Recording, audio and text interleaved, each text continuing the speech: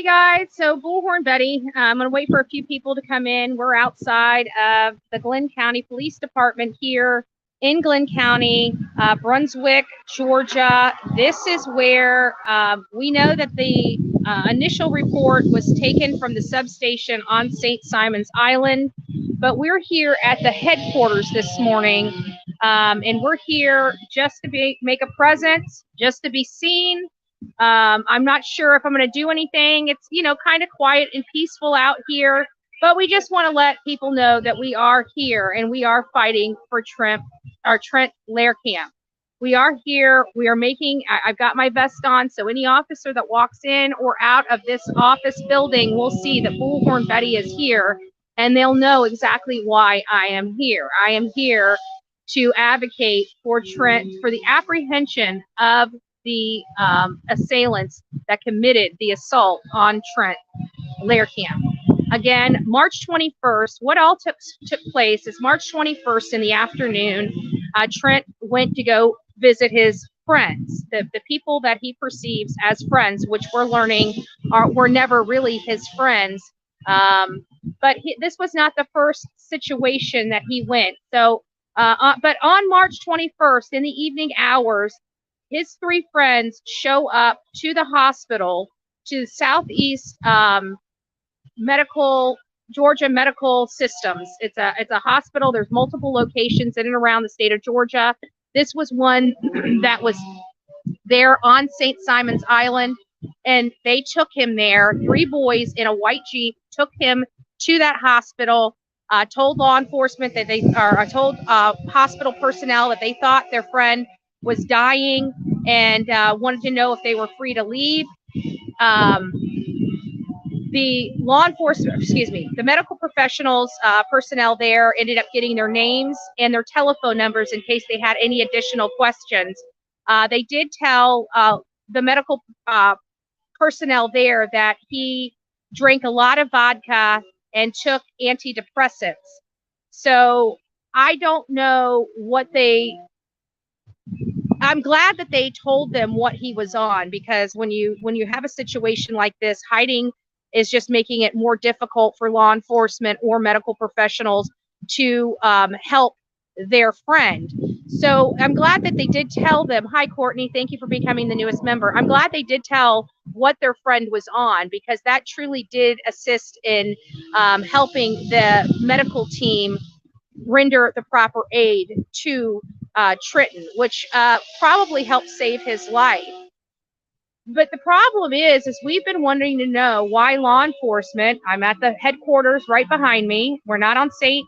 Simon's Island. We're at the headquarters off Carl something. It's Carl 8 Alexander Public Safety Complex, which houses their police department, their E911 communications, and their emergency operations center is housed right here. And that's where I'm at. I figured the headquarters got to have the chiefs and the assistant chiefs at it. And I don't know of any substations that actually have a whole wealth of detectives that are going to be manning a case like this. What we're finding out is that they've been dragging their butt on an arrest. We've heard since last Thursday they've been working with the state attorney, the prosecutor's office, but has warned the public that they are still not ready for arrest. These almost 3 weeks after this incident took place, still no arrests in this case. And when we start hearing stuff like that, we are curious as to why it feels, at this point, it's just a feeling. It's not anything concrete or confirmed or any evidence, but it kind of always feels like there's something underlying about this case as to why law enforcement would drag their butt, because law enforcement, for all intents and purposes, doesn't drag their butt. They typically, if they see a crime, they investigate it, they arrest the people, they let the courts decide, deal with it after that, as they're building the case after the arrest. Here, for some reason, it seems like they're doing things opposite of one another. They're actually wanting to build the entire case and have the entire case completely wrapped up prior to them ever even going or making an arrest here. And I've never heard of anything so absurd. And talk about, the victims. at the end of the day, this is supposed to be serving the victims of crime. You know, when we pick up the phone and call 911, we want somebody on the other end of that phone. We want somebody to pick it up and render aid to us, whatever that aid may be, whether it's bringing in ambulances, fire trucks, or law enforcement officers. And we expect them to do their job when they receive a call. We expect them to make an arrest. We don't expect to be assaulted. Them know exactly who assaulted us, and them being the criminal being able to sit out in their own bed and do their own thing and still continue to drink and party and have a good time, while me, the victim, is in pain and agony and trying to recover from a crime that was committed upon me. Right? And that's kind of the way that they're doing their law enforcement around here in Georgia. I don't know when this changed. Many of you guys know I have roots in Georgia. My family comes from Georgia. I still have family that lives here in Georgia, a good portion of my family that still resides in the state of Georgia. And so I'm just sitting here scratching my head and saying, you know, this wasn't the Georgia that I grew up in. You know, we came up here quite a bit as young kids to be with our family. And we stayed here weeks and months on time. And I remember when people got in trouble, they went to jail. They didn't get this, well, we'll give you, why don't you get your affairs in order and we'll get around to arresting you sooner or later, right? We're not in that kind of nonsense. This is 2023. When you commit a crime, you should have to go to jail. And when there's evidence of a crime, like in Leilani, what did that office, after all of that protesting, all of that extra money that they spent, the failure to even protect us as protesters out there, which they were required to do, and they just wanted us to be assaulted, beat up, and everything else, which, you know, I'll just record it and have them put in jail. You know what I'm saying? So I'm not worried about it. I'll do whatever I want to do as long as I can do it in accordance with the law, which I am and have done.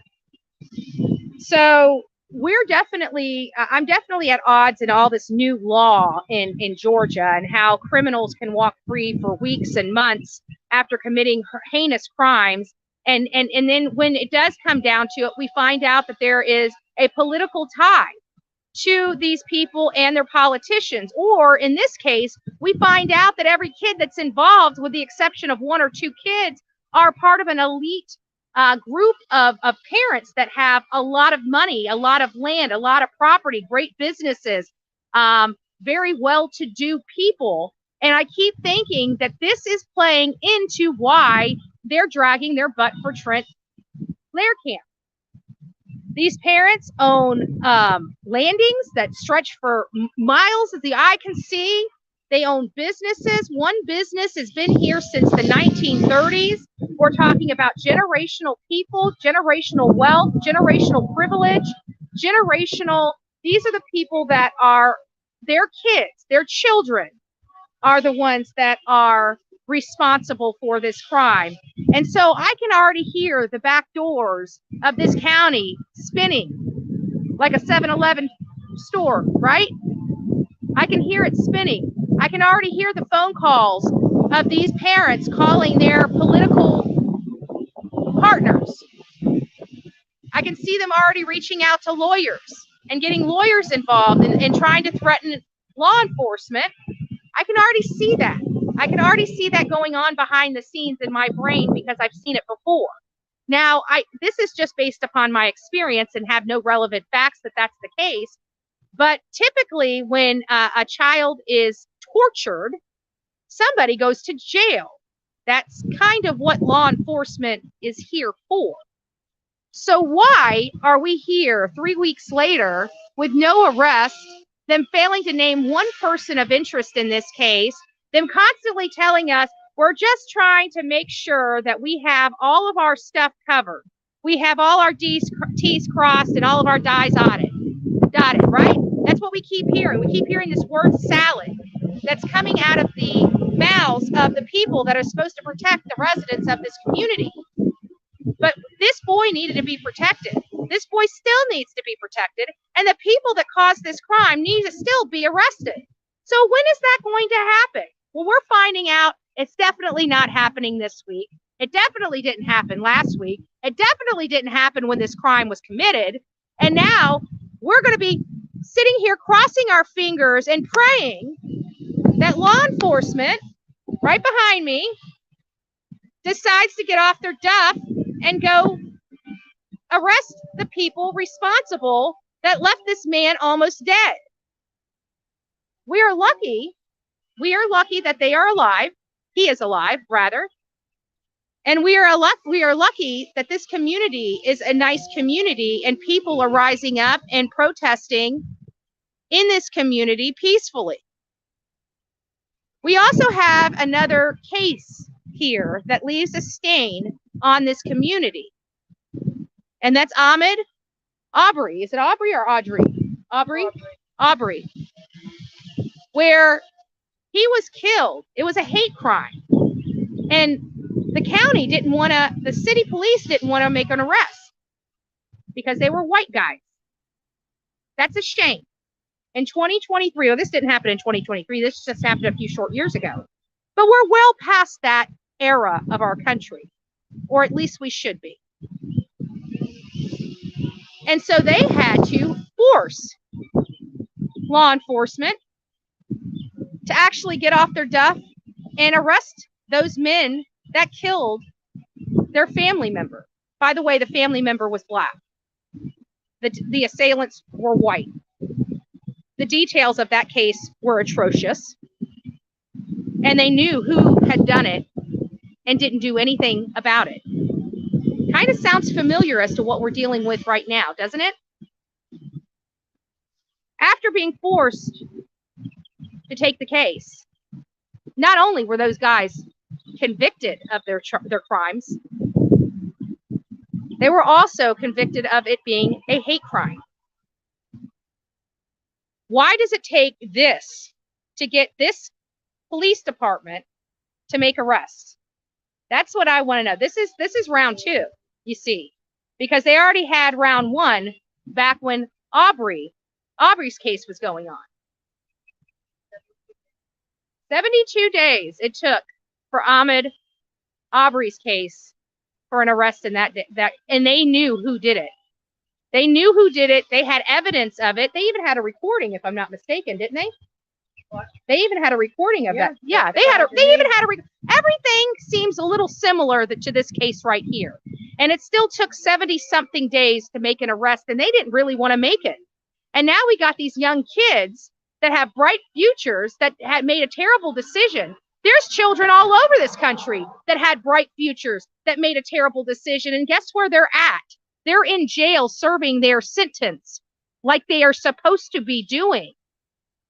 Because in our criminal justice system across this country, the law should be applied equally no matter what color your skin is or how much money you have in your bank account. We know that the South really doesn't like going after well-to-do people. That's why it took the death of Paul and Maggie to finally bring Alec Murdaugh to his knees, because he was given a free pass on everything up to that point until things started to unravel. Betty, please look into the case. Waycross, in Waycross, Georgia. His name's Joseph Strong. This boy was beaten by a bunch of kids and left laying for 14 hours before being found. Joseph Strong. That's why I like having the two phones, because now I can look it all up while I'm standing out here. Joseph Strong. Never heard of that case before. Where was that in? Waycross?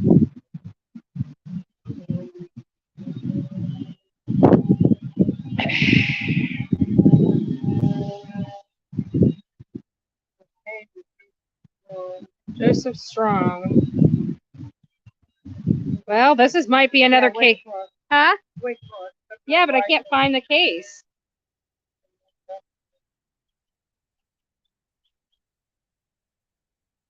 Are you sure his name was Joseph Strong, or was that the, because when I put Joseph Strong in here, it's coming up to Joseph Manning. So I'm trying to look into it, but I can't find Joseph Strong.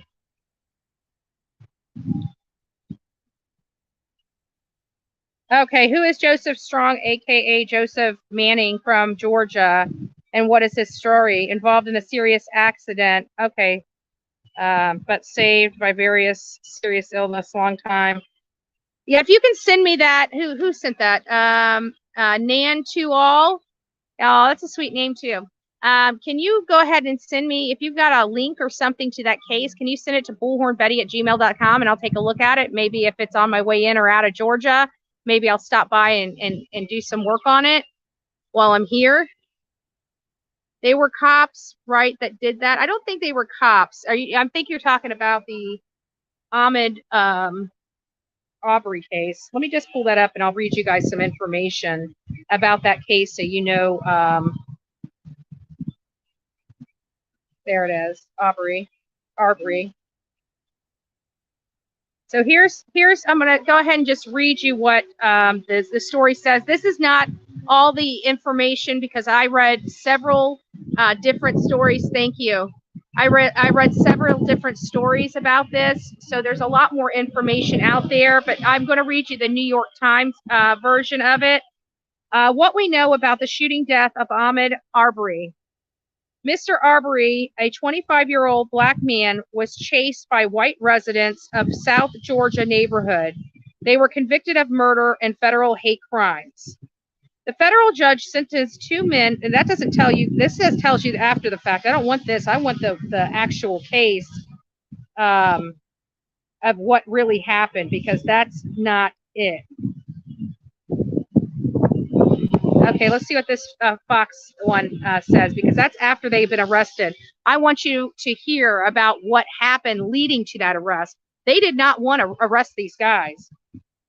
Atlanta, this is from Atlanta, the Atlanta Fox 5, and it says, Thursdays marks 3 years since Ahmed Arbery's killing was being chased down and shot while jogging through a South Georgia community. On February 23rd, 2020, so we're well past the 1930s and 40s era. It's 2020 when this happened. At the age of 25, Arbery was out for what would be his final run through Glynn County subdivision. He as he always did. Arbery ran out the door of his mother's house, down the long street toward Fancy Bluff Road, then turned right onto a 2-lane road lined with oak trees draped with Spanish moss. About a mile and a half into his route, Arbery would cross 4 lanes of Jekyll Island Causeway into the subdivision of Satilla Shores, if I'm pronouncing that correctly. Two trials have been established. It says 2 trials have established there was no way Arbery have been known of a deadly trap laid for him by a father and a son, and a man pursuing him in his pickup truck recorded the whole thing. So it was a father, a son, and another person recording this entire event.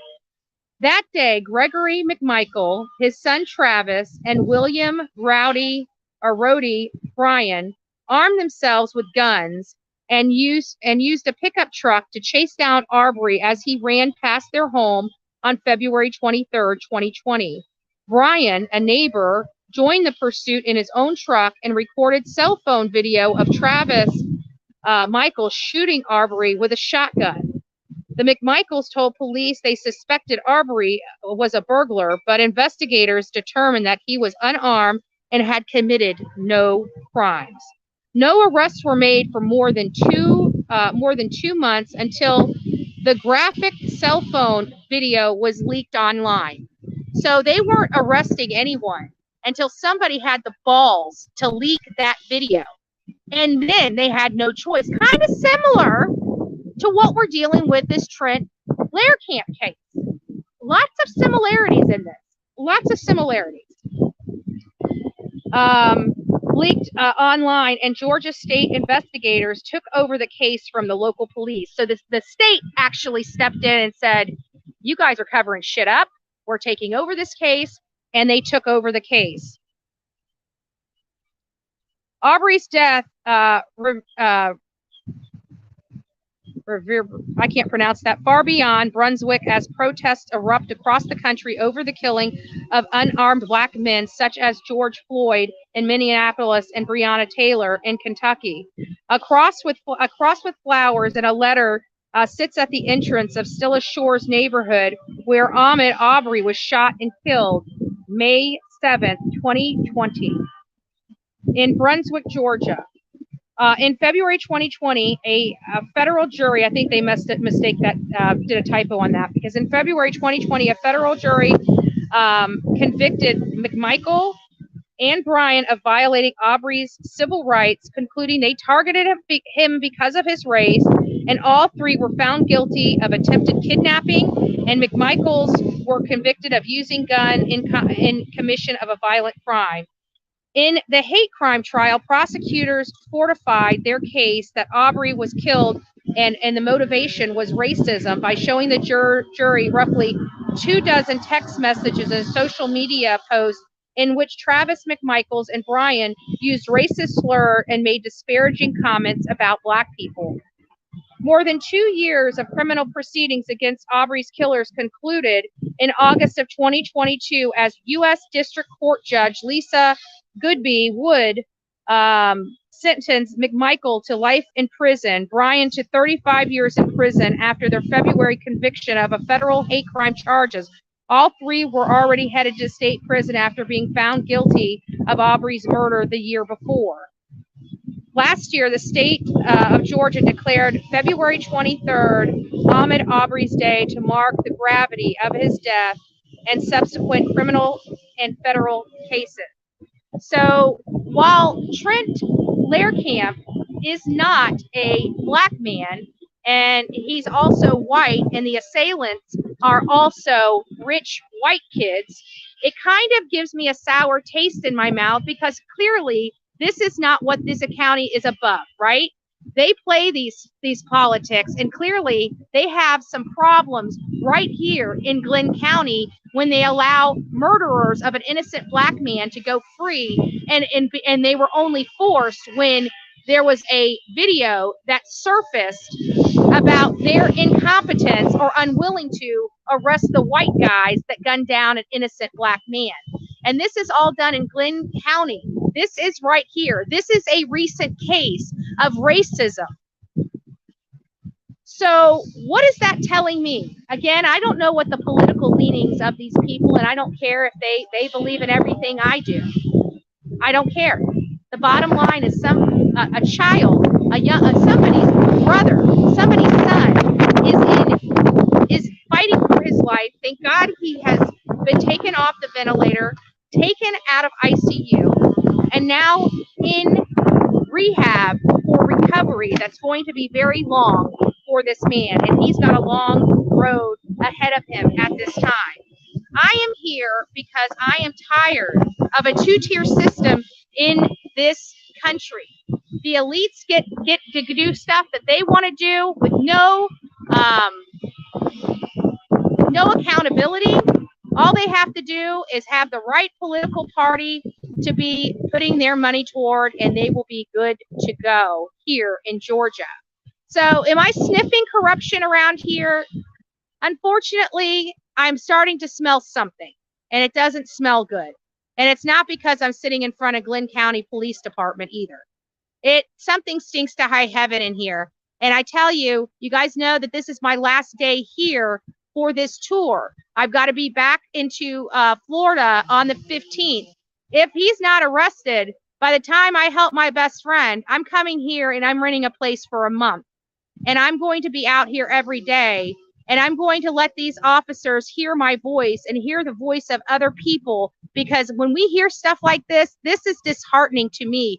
We hire these people and vote some of these people. Well, police are appointed by their city council. So the city council, knock, knock, you better wake up before I start poking in your business too. And I'm telling you, this right here is not what Georgia is about. We don't let the rich slide by because we're worried about our position here. We enforce the law as it is expected to be enforced to everybody. If I would have committed that crime and I would already be behind bars, those kids should already be behind bars, period. There should be no two-tier system here for the rich kids and the poor kids, right? There shouldn't be that. I don't care who their parents are. I don't care how long their parents have been here. They almost killed a kid. This is serious stuff. And I just feel like this is a laxy-daisy investigation. And I want to see proof that they're doing what they're saying they're doing. And I want to see somebody be held accountable for this boy. And don't tell me there's no proof of anything. You've got a bunch of teenagers and they like to talk, especially ones that think that they're in trouble. They're going to tell you exactly what happened. You already know. I'm not even going to act like they're stupid. Police already know who was at that house. They already have affidavits of what happened from all those kids. They already have talked to whatever attorneys that they're going to produce for those kids. They've already talked to the state attorney. Where's the stinking arrest? Where is it?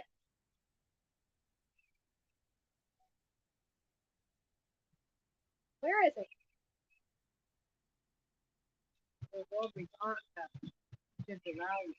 Yeah, and that's another thing. Those beautiful ladies in these pink, that was Aubrey's family that stood up for Trent. That was his family that came out and put those rallies together on St. Simon's Island. They're tired of this. They lived it themselves in this county. They lived it themselves in this county. And they had to rise up again for a boy that they don't even know. And God bless those beautiful souls that chose to rise up. I would have loved to have been here. I would have loved to have been here. But we will be here. And we are coming back. And we are going to, I've got many record requests out already here. They're trying to charge me an arm and a leg, $25.80 per hour. I've ordered documents all over this country and have never once paid $25.80 per hour for them to get documents for me. The most I've ever paid per hour, I think, was $15.80. So even their policies here to get public records, they don't want to give you, they want to make it as difficult and as expensive as possible to find out what's going on here at this police department. But they don't realize I will pay that money. I will pay that money, and I will pay whatever money I need to prove my point with this law enforcement. That hasn't even started. I haven't even started going to the city and pulling record requests. I haven't started pulling phone record requests. I haven't pulled any of that stuff yet. That's coming. That's coming. We're going to start putting pressure on the city council. We're going to start putting pressure on this police department. This is only day one. I did my fact finding. This was my fact finding mission. I didn't know what I wanted to do, but I wanted to get a good handle on this case. I was praying to God that what I was going to be uncovering wasn't what I was going to be uncovering, but we have uncovered it. Nonetheless, we know every single person that was in that house, and now we know where they live and the businesses their family owns. They are well-to-do, and I want justice to be served for Trenton Learcamp. So I'm going to try to open this up if I can. Let me see how's everybody doing in here. You guys doing okay so far? Wow, it didn't go all the way down to the bottom of these things. Justice for Trenton. By the way, oh, Matt Chatter, I love seeing you in here. By the way, that was for you above, B. Betty. I'm sure that B. Betty saw it. AG, it's nice to see you, by the way. AG, thank you so much. I did get that.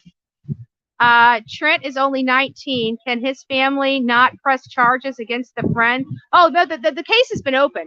But here's the thing. Is it Daisha? Daisha, here's the thing. They're only investigating one of 3 events. There should be more people in jail right now. There should be more people that are under the microscope right now, and more families that should be under the microscope right now, because there's 3 events here. They're only investigating one, and it's the one that almost lost his life.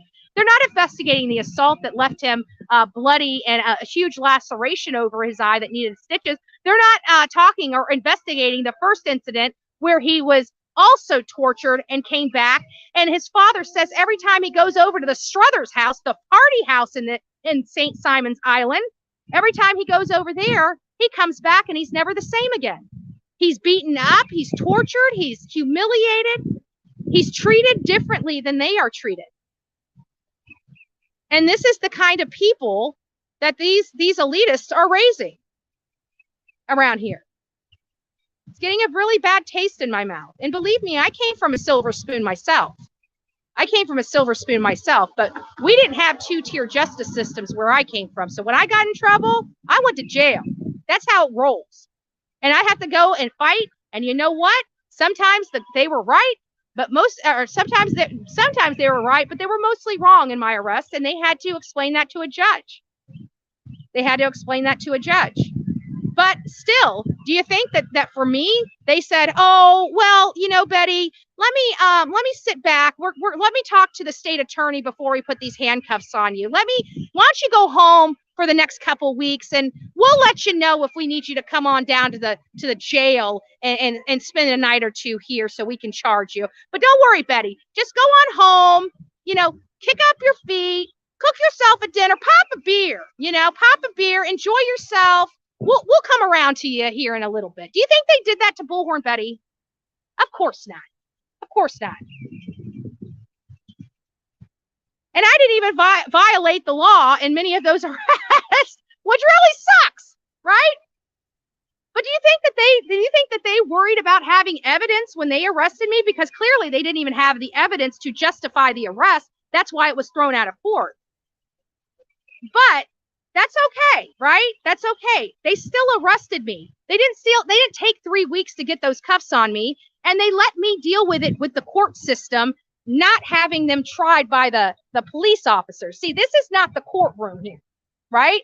This is not the courtroom. How the whole law enforcement with the judicial process works is they're only required to enforce the law. Okay? So that means when somebody violates the law, they go and put cuffs on them, fingerprint them, come down here, and they let the judicial body, the court systems, deal with the prosecution of it. What they're doing is they're prosecuting the case inside their police station and saying, should we make an arrest? Should we not make an arrest? Is this going to be a slam dunk case or not? Well, that's not how this works. That's not the police department's job to find out if the state attorney is going to be successful or not. What their job is to investigate. There's definitely a crime here. A kid almost lost his life. Somebody should be held accountable for that. We shouldn't be sitting here breaking bread with these kids while we decide, well, what are we going to do with them? You know, I can tell you how the conversations are going. And if anybody from this place is watching me out here, they know this is exactly how it's going. Well, you know, they come from these really good families. I'd really hate to ruin their future, you know, over something so silly because, you know, boys will be boys, of course, you know. We would hate that be their, you know, excuse for this situation, right? But that's kind of where we're getting at with this entire situation here, is that it just seems like they don't think this is a crime and a boy almost lost his life. This is without a crime. This is what law enforcement was for. This is why we spend so much money in each of our counties across this beautiful United States for our law enforcement.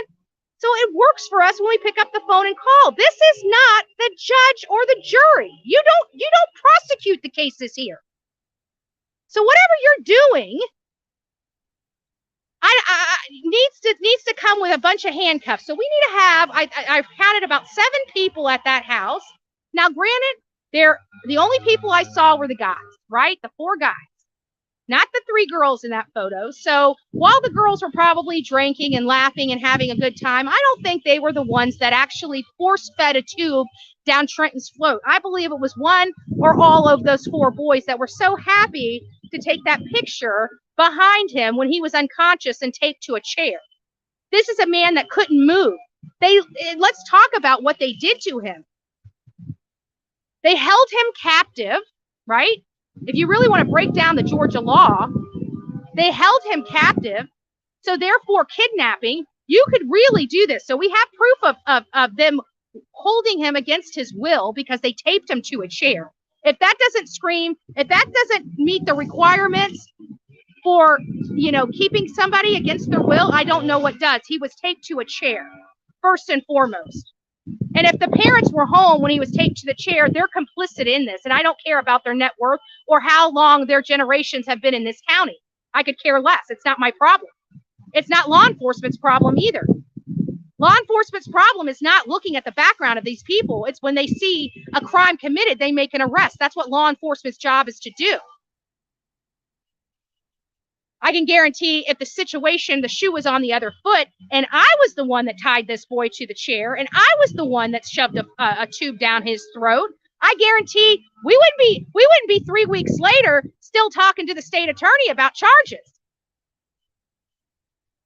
Now, if you want me to, state attorney, and I offered this in Chatham County as well, if you really want me to, I'm happy to look up the laws. I'm happy to take the evidence that I've uncovered here, and I'm happy to show you what laws you can arrest these kids on if you really need some help, because it sounds like you're having problems here and unable to connect the dots. So what gives? And this is my other theory. I also believe that when they do try to charge these kids, they're not going to charge them with what they should be charged with.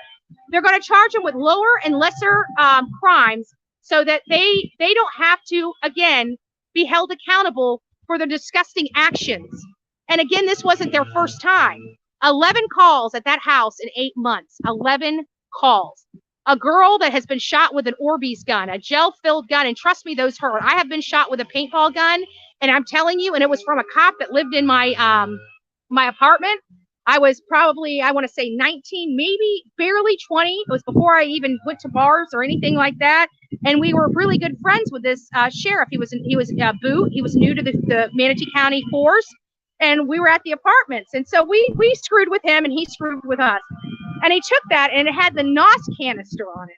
I don't know if anybody knows what NOS is. Okay, it makes it go faster, harder, and whatever. So it had the canister on it that shot this thing, and he pointed it at me at about 5 or 6 feet away from me and shot me in my butt cheek.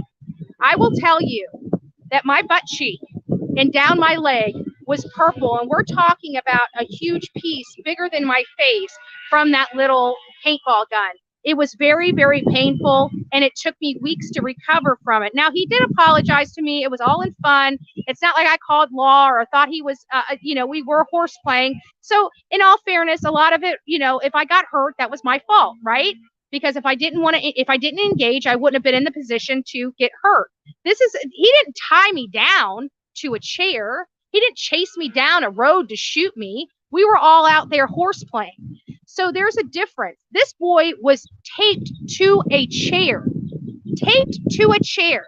and a funnel forced down his throat, and then they're just throwing vodka. He could have aspirated and died right there. They are lucky he is alive. What they did was so highly dangerous, and it's not for police to sit here and argue the case in behind these closed doors. They are to apply the law, and to apply the law equally to everyone. There's not a rule book for the people that have wealth and are generationals here, and another one for everyone else. There's only one constitution here in the state of Georgia, just one. And you know what? It's for all the people here, not just the uppers, not just the lowers, not just the middles. It's for everyone. So it is applied equally. When you fail to apply your laws equally, you know what you're violating? You're violating the 14th Amendment. You have to apply the law equally. So you guys are having constitutional issues here as well. So we know that they're not going to arrest him. So what we're going to do, oh, thank you. Oh, thank you, Rhonda. That's so sweet. God bless you. God bless you. So what we're going to do is I'm going to be going back. I'm going to cover another case. You guys know I'll be back into Florida by Saturday, most likely Friday night, but by Saturday, if not Friday night, it'll be Saturday that I'll be there. And then coming Monday of next week, we're coming right back here. We're coming right back here where I can spend some time and really get to the heart of this. I'm going to go down into Simon's Island, and I'm going to sit and relax with the locals, and I'm going to dig into this, and I'm going to dig in deep. And I'm telling law enforcement here, do the right thing for this community. Do the right thing for this victim. Quit sitting on your hands and playing politics with these people. It's not a good look for this community on the heels of the Aubrey case. I will tell you that. This is not looking good. This is going to be staining your county more so than Aubrey, because now you've got my attention. And when you get my attention, you get a lot of other creators' attention on these types of cases. And when corruption is starting to stink to high heaven in a community, people are going to know, people are going to talk. And then we start getting things like citizen involvement, right? We start getting citizens involved and showing them and getting them equipped to take on their communities and counties, which I was successful with a whole group of wonderful people in Manatee County to totally recreate our Board of County Commissioners. And you know what it started with? It started with one voice, then that voice became two voices, then that voice became three voices. Next thing you know, we're having rallies with hundreds and 200s and 300 people attending.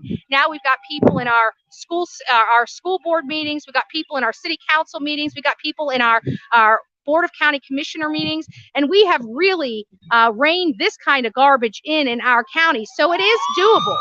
It is doable. The community can do this. You can stand up. You can say you've had enough. You can look at your politicians, realize which ones are good and which ones are here for the money, the prestige, and the power. And you get the cocky ones out of office. You get the ones that think their shit don't stink out of office, because they're the beginning of your first problem right there. Okay, these people are not above this community. These people work for you guys. Okay. This is not opposite. We don't work for the police. We don't work for our government. Our government works for us. We pay their salaries. Every time you got to go pay tax at your gas pump, where do you think that's going? That's going to somebody's salary that works in the government. When you see your property taxes, where does that money go? That goes to paying for somebody's salary in your government. You are the boss. You are the boss, and you can have crap representing you, or you can have good people representing you.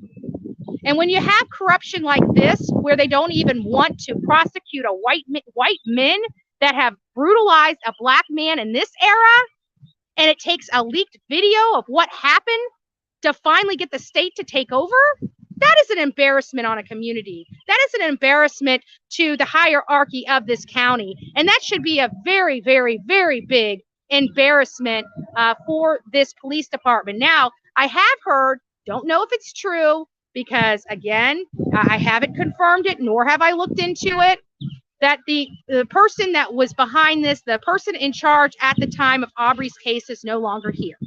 Now, again, I don't know that. That is one person. And this is what's bad about top brass in the hierarchy of law enforcement around the country, is top brass can really, when you have a boot coming in, they're new. So you can create that boot any way you want. You can create him to follow the rules and regulations as they are written and do their job well. And you can also do just the opposite, where you have a corrupt person or somebody in the system that works here telling him, no, don't do this, pander to this person, don't pander to this person needs to go to jail, let this person go. And you can corrupt that police officer when he's a boot, depending on who you put him with.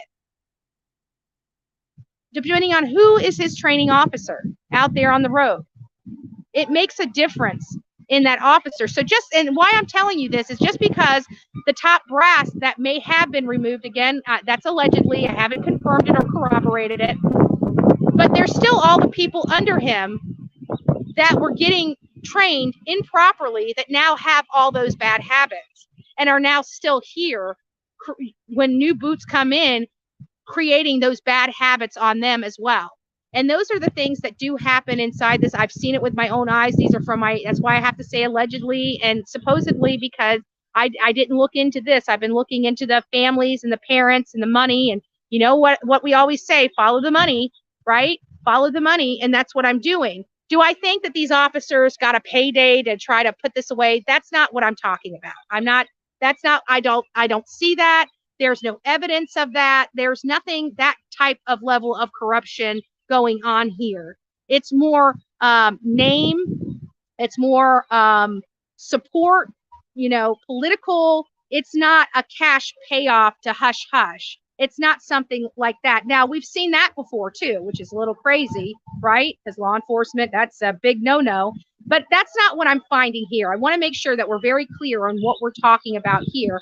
We're not talking about any officer here getting a payday. I have not found any evidence of undisclosed meetings, you know, handoffs of cash or anything crazy or elaborate like that. That's not the type of corruption I'm talking about.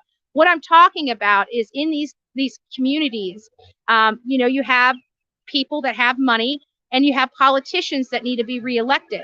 So they go to certain people to get those monies and those funds, and typically people that have multiple businesses and even some real you know, big political people that aren't in politics but like to, you know, fund them. They actually set up 20 or 30 different companies that make no money but just have the same address, and they can write a $2,000 campaign check from each and every one of those accounts. So you can have one person that can write a campaign check to, as long as it's less than $2,000, they can write it out of every single one of their business accounts.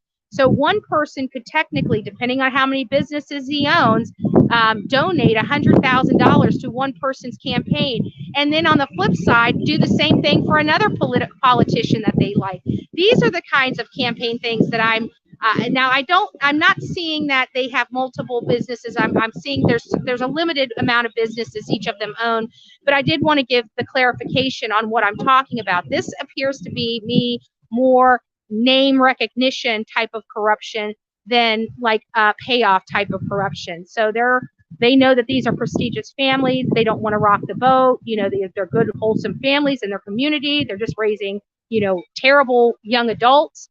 And hopefully that they get this under wraps sooner than later. But for right now, we're here. We're just going to sit out here for a little bit. We're not going to do a whole lot. And then we're going to go carry on with our day, and we'll be back. I'll be back later tonight for my final live here in Georgia. And then you guys won't be seeing me again until I'm in Marion County, Florida.